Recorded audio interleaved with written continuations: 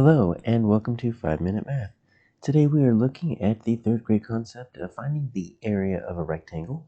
This is standard 3.6C in the great state of Texas, and we're using item number 39 off the 2016 release STAAR test. If you have not done so already, please go ahead and take a moment to pause this video, see if you can work it out on your own, unpause it, and we will look at our answers together. So we don't have a picture on this, and typically we'll see pictures when we're looking at the area of a rectangle. What it says, though, is Dante is counting the square tiles on a rectangular floor at a school. So let's just see if we can draw a rectangle here. So let's draw a big rectangular floor. We'll say that's the floor.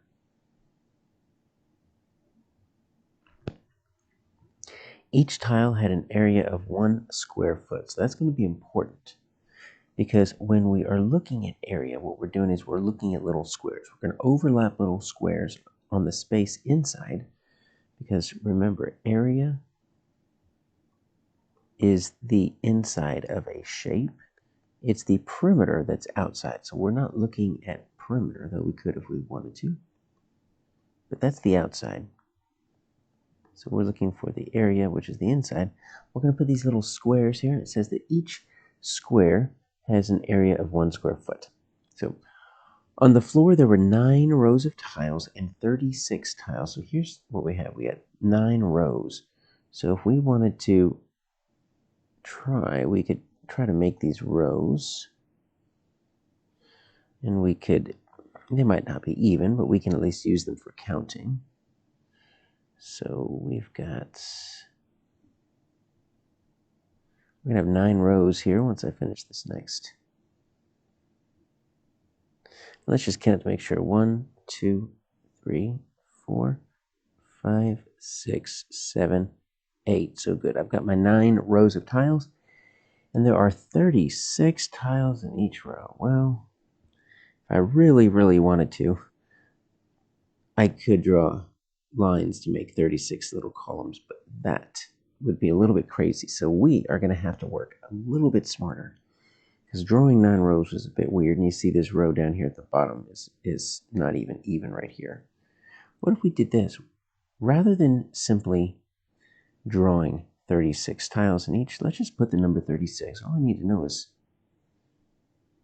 that there's 36 in each row.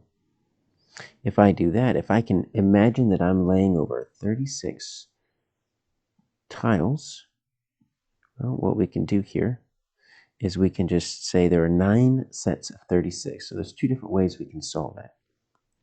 One would be just repeated addition, because I basically have set up a really, really long and slanting addition problem. But let's just see if we can do 6, 6, 6, 3, 4. That's 9 sixes. So that's going to be 9 times 6. So we have to know our facts there. That's going to be 54. And then let's see. I need to add 9 threes. That's 27. I'm going to add that 2. That's 324. So it looks like I might have an answer here. Now, that was repeated addition. What was very similar was I can just take my 36 and I can multiply it by the number of 36s I have. Remember, repeated addition is another way to look at multiplication. So I could have just done multiplication. I could have said, well, there's 9 36s.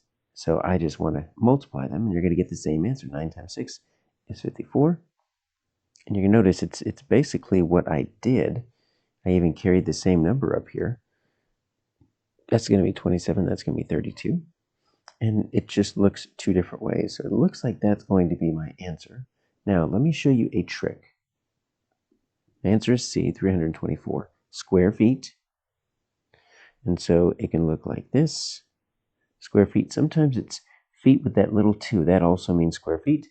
Sometimes it's written like this. And then sometimes I've seen square feet written with just an SQ.